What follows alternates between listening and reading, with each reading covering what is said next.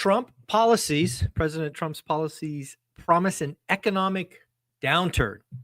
That according to UCLA Anderson forecast. Now you got to understand they've been doing forecasts since 1952. So let's call that, almost 73 years or so. And this is the first time they have put out a forecast that puts America, the U.S. economy, on recession watch.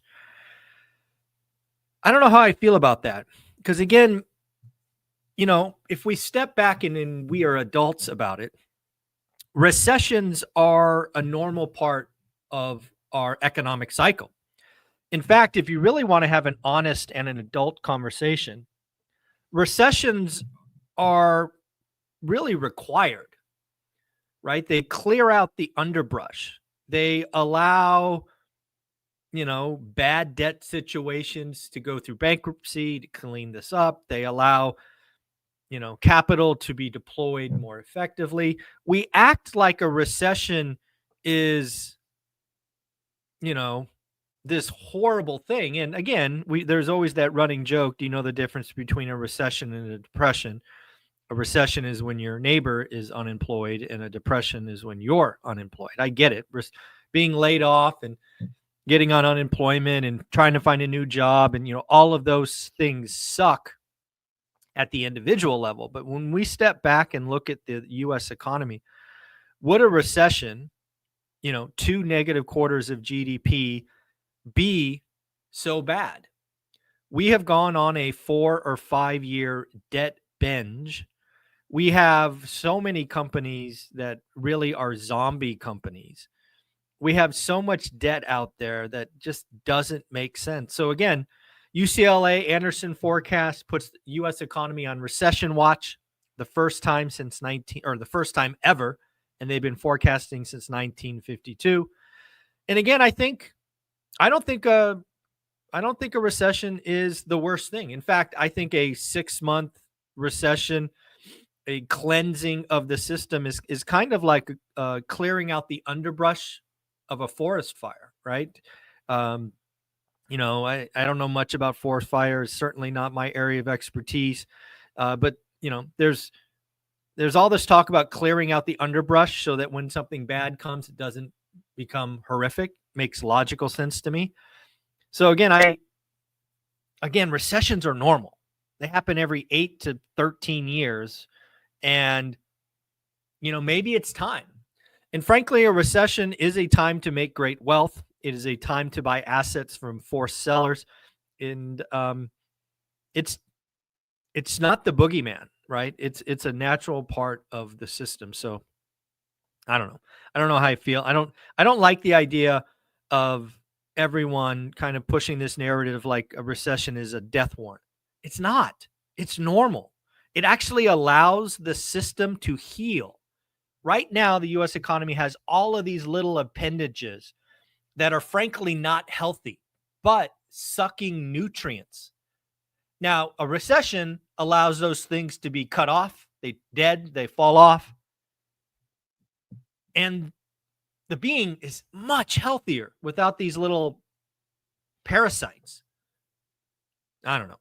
I don't think a recession would be so bad, especially one that allowed, rates to come down, allowed the U.S. economy, the government to refi all this debt that we have for the year at better rates.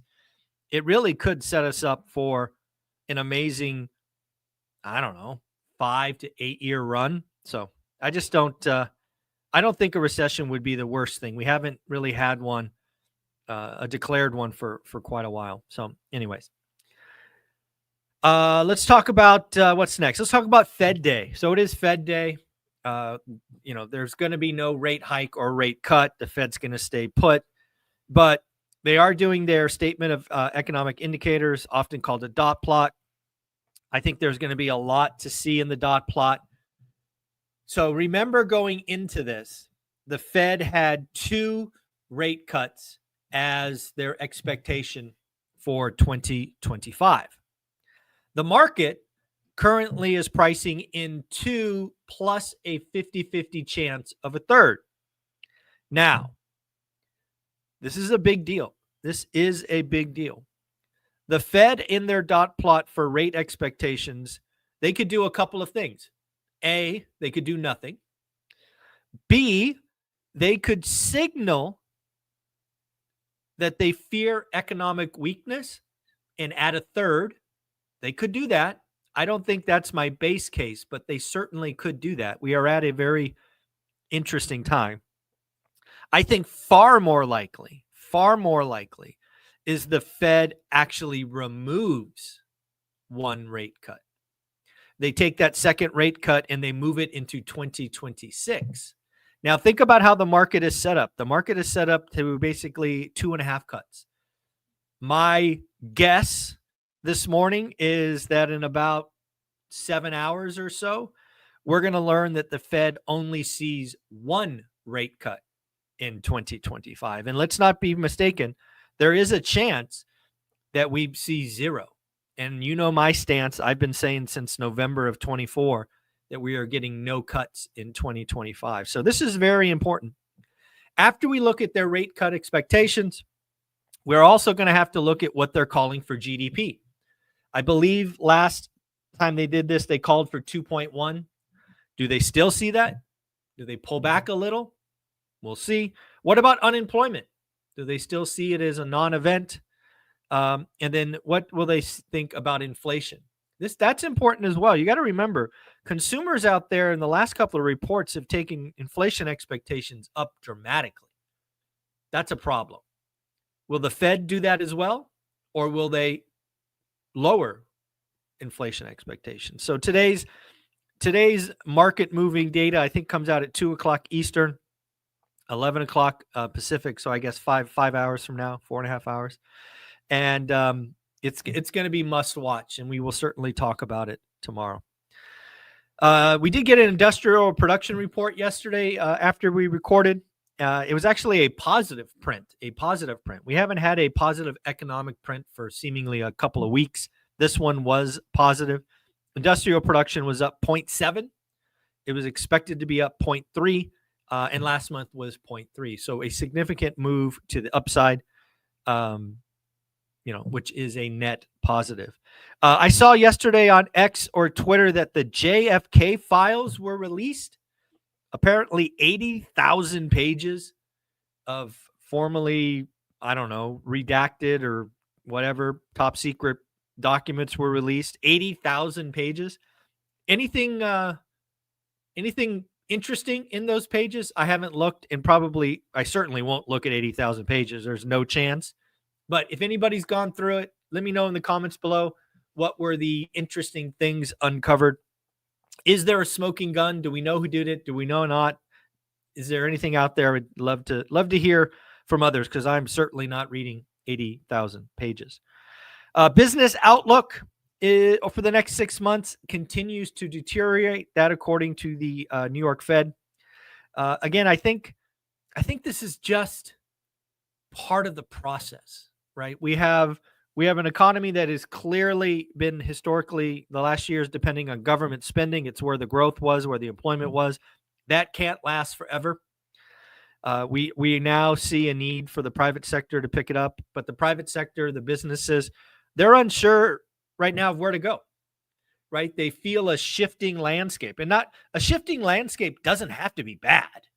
A shifting landscape could mean good things. You just got to get to the other side. Where is deregulation?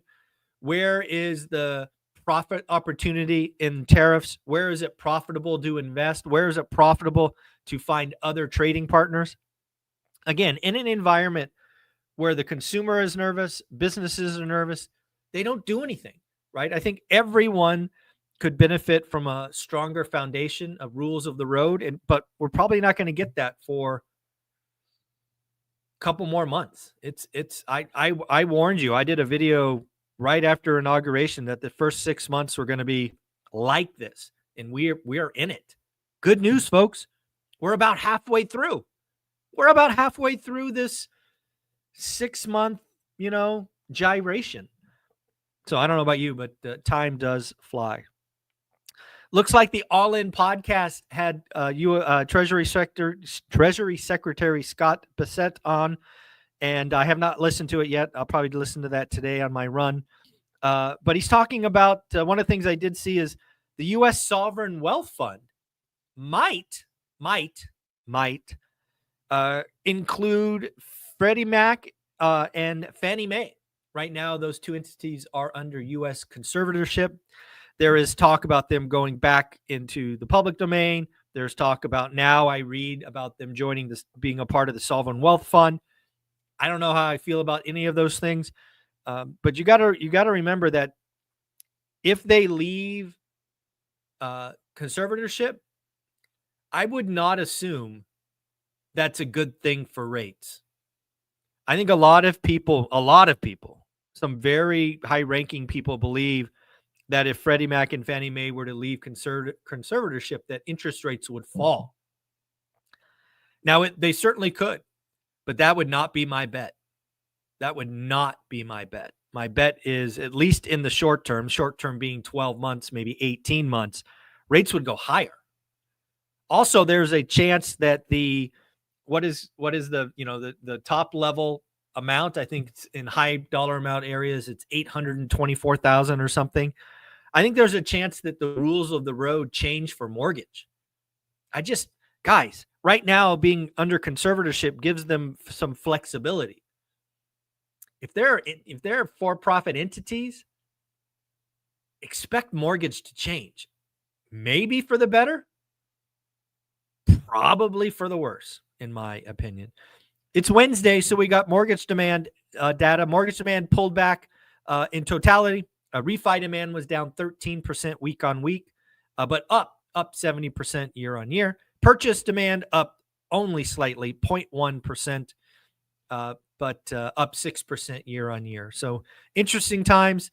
We are in the spring selling season, as we talked about yesterday for Mike Simonson. Inventory is building. Also, something about mortgage applications. Just remember, an application does not equal a successful closing. I think we learned yesterday that 41% of refi applications are declined. That's like 2 in 5. So again, remember that. More and more feedback, more and more people talking about Chamath Palihapitiya, talking about the redistribution of wealth, talking about business owners, stocks, real estate, non-traditional assets, seeing wealth being redistributed. I've thought a lot about this, and it's certainly a sexy headline. It'll certainly get clicks. But when I step back and look at the bigger picture, all recessions, every recession has a reset in asset prices. That's what recessions do. Recessions reset asset prices. Businesses are worth less. Stocks are worth less. Non-traditional assets worth less. But that's okay. If you're not a seller, who cares? You just wait for the business cycle to come back. I don't know. I just think it's interesting to watch. What else have we got? Oh, buy the dip. Looks like the traditional retail investor is not buying the dip. In fact, in the last 2 weeks, $4 billion in retail outflows. So it seems like the buy the dip strategy is no longer in charge. In fact, according to Rob Austin, director of research at All Right Solutions, data provider for stocks and all that, we're seeing retail sell large cap equities, and they would be buying them if they were being buy the dip. Recession fears are officially back at 2022 levels, and they probably should be. Again, recession fears certainly does not equal a recession. In fact, my call from a couple of years ago about a rolling recession is looking more and more likely, in my opinion. Again, and we won't see it called a rolling recession for the next 5 to 10 years. It'll end up in the textbooks. No one will call it that for a while. That's what a rolling recession is. I don't know if you saw this, but apparently the 12 of the 50 largest real estate markets are now negative on price. In fairness, most of those are still Florida and Texas, but again, it makes a great headline. 12 of the largest 50 real estate markets are now negative year on year, again, concentrated in Florida and Texas. CNBC Fed survey, 36% chance of a recession. That was in their latest March survey. That's up from 23%. So again, going the wrong direction. I don't know if you guys saw this yesterday, but I saw little notes about maybe the Russia-Ukraine war is coming to an end. One could hope that the loss of life is stopping and peace is restored. Again, don't know if that's true or if that's coming, but we should all hope it is. Zillow update. Zillow expects existing home sales to only be 4.1 million in 2025. Folks, my call is sub 4 million. Again, I believe 2025 will be the last hard year. I believe 26 will be better. What do I mean by that? I simply mean that in 2026, you won't sell sub 4 million. You'll sell 4.2. And then 2027, you'll sell 4.4, whatever that is. It just gets better. And it gets better for 5 to 8 years. So if you're in the game, if you're paid on a drip from the transactions, buckle up. You're 9 months left in 2025. So that's good. And it gets better from here. So hopefully that is good news. Folks, at the end of the day, it is Fed day. It will be market moving. If I had to guess, I think I'll do this. I like making calls. You know that. I think I'm going to guess in the dot plot that the Fed takes their 2 2025 rate cuts down to 1. I think they're going to slow walk this thing to 0 cuts in 2025. I think removing both cuts from 2025 would be too much too soon. It would send the market into a wild tizzy. So I think they are going to pull back to 1 cut. Let me know in your comments, what do you think will happen? I know we'll talk about it tomorrow. I hope you guys have an amazing day. Don't forget to join School with 360 other amazing folks, 6 different masterminds, accountability groups, thousands of dollars in education, places to ask your questions, safe place, and it's only 67 pennies a day. Take care. Later.